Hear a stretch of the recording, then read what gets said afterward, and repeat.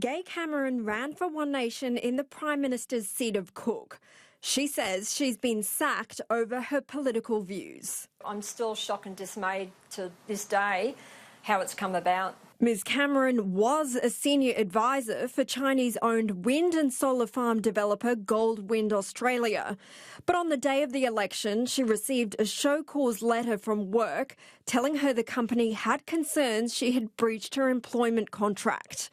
The letter claimed she took 5 days of unpaid leave instead of the 3 she was approved for. But it also specifically mentioned her candidacy for One Nation and political views that had the potential to damage Goldwind's reputation.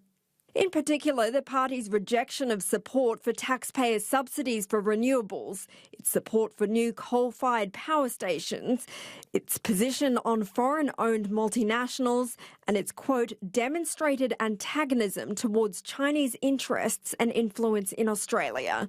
It added that One Nation had been associated with both a lack of tolerance for multicultural and a lack of adherence to values which reject discrimination in all its forms. What do you think of that? To read that made me sick. For them to throw that in the letter is to construe that I am, if you want to call it, racist. To define racism and to put that in the one letter, it actually hurt my feelings. Ms Cameron was sacked on June 3rd. The Federal Circuit Court dismissed her application for an interlocutory injunction to stop the termination. But the judge said there was a prima facie case her employer did breach the Fair Work Act, which states adverse action cannot be taken against an employee because of their political opinion.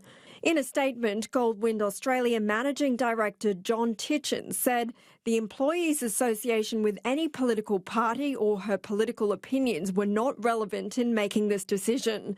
Goldwind Australia does not interfere with the rights of its employees to be involved in the political process, be affiliated with any political party, or hold political opinions.